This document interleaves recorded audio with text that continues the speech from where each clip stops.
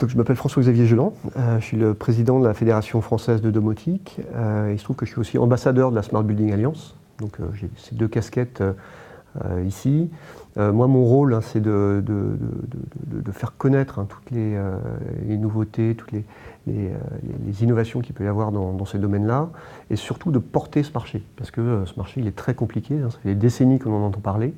On sent qu'il se passe des choses, on l'a vu pendant ces 2 jours, mais il faut des ambassadeurs, il faut des gens qui en parlent, qui le positivent, et puis qui font des ponts entre différents acteurs, entre différents domaines, entre différents industriels, entre des gens qui historiquement n'ont pas l'habitude de se rencontrer.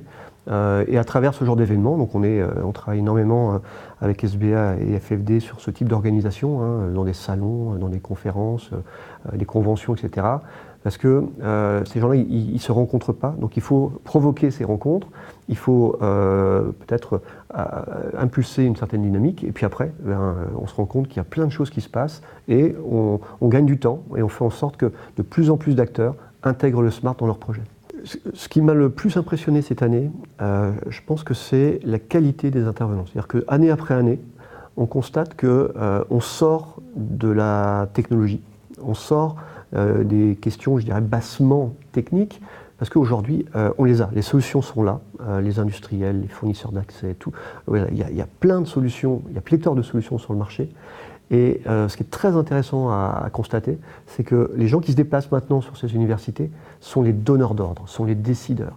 Donc vous avez des patrons de bailleurs sociaux, des patrons de promoteurs, des décideurs, vous avez des distributeurs, vous avez toute la chaîne, vous avez des experts dans différents domaines, des fois assez éloignés sur le papier du smart building, mais si on veut que ça se développe, en fait, il faut prendre du recul. Et l'idée de ces universités d'été, c'est permettre à tout le monde de prendre du recul. On s'arrête pendant 2 jours, et puis on écoute les autres. Beaucoup de gens, longtemps, ont eu des certitudes.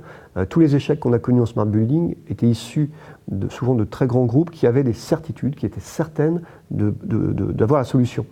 Et aujourd'hui, vous voyez ici les très grands groupes qui ont l'humilité de dire, tout seul, même si je suis une multinationale, même si j'ai tant de centaines de milliers d'employés, tout seul, je n'y arriverai pas. Donc voilà, c'est la qualité des intervenants, et le plus marquant, c'est, je pense, la transversalité des métiers qui sont représentés dans cette université. Ma vision à 5 ans du smart building, ça peut être un peu surprenant, mais c'est presque ce qu'on constate dans l'automobile, c'est la notion de bâtiment autonome. Que ce soit une école, que ce soit un siège social, que ce soit une crèche, que ce soit un logement, etc. Personne n'a envie de perdre du temps à piloter, à superviser, à gérer les équipements, à piloter des choses. Globalement, ce qu'on nous demande, nos clients nous demandent de simplifier, de leur apporter de la sérénité, de leur faire gagner du temps. Et pour moi, c'est ça qu'on appelle le smart building à 5 ans, c'est-à-dire un bâtiment qui aura achevé sa mutation transversale. Donc en gros, il y aura une vraie convergence de toutes les fonctions. Et puis on aura défini la façon dont on veut l'utiliser, et elle pourra évoluer. Donc c'est la façon dont les employés vont utiliser un siège social, ou peut-être quelques années après, ça devient une pépinière d'entreprise, ça devient, que sais-je. Ce bâtiment, il sera capable d'évoluer, mais une fois qu'il aura été configuré, mis au point, eh bien 99% des actions se feront de façon complètement transparente et au bénéfice de l'utilisateur. Donc ça, c'est évidemment énormément d'intelligence artificielle, énormément de matière grise.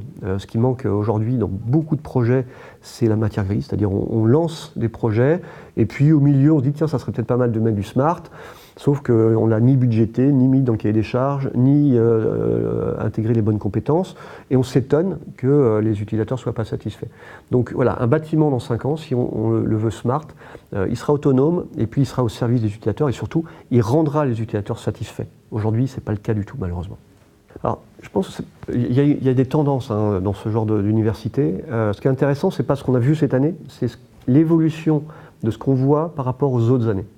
Ce qui m'a marqué, je pense la tendance de cette année, c'est la massification. C'est-à-dire qu'on a des solutions, on a une maturité de produits qui permet de passer un cap. Donc longtemps, aux universités, on parlait d'expérimentation.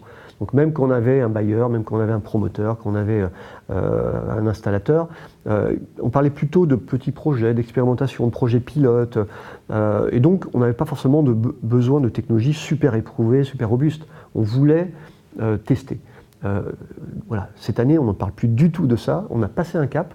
On est dans la massification grâce à la qualité des solutions.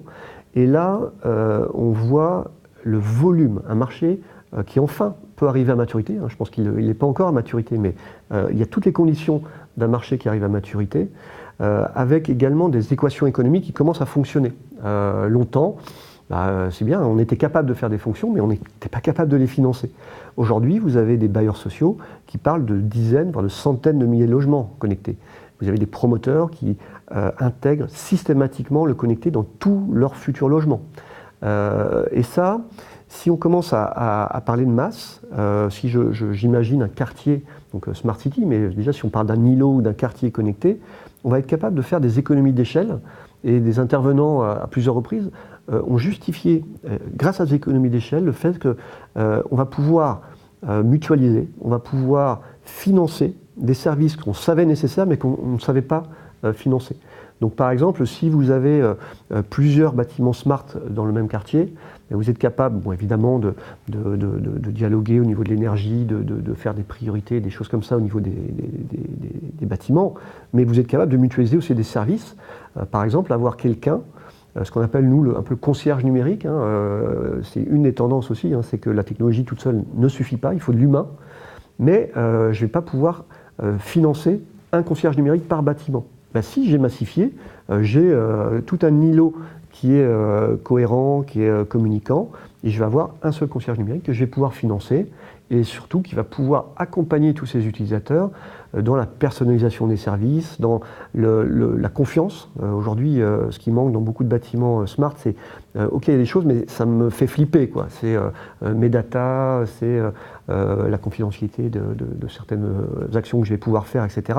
S'il y a quelqu'un qui m'accompagne, quelqu'un d'humain qui répond à mes questions, quelqu'un d'humain qui est capable de m'orienter, qui est capable de personnaliser le service à mon smartphone ou à ma famille, etc., je vais être beaucoup plus en confiance et je vais forcément être beaucoup plus à l'aise avec mon bâtiment connecté.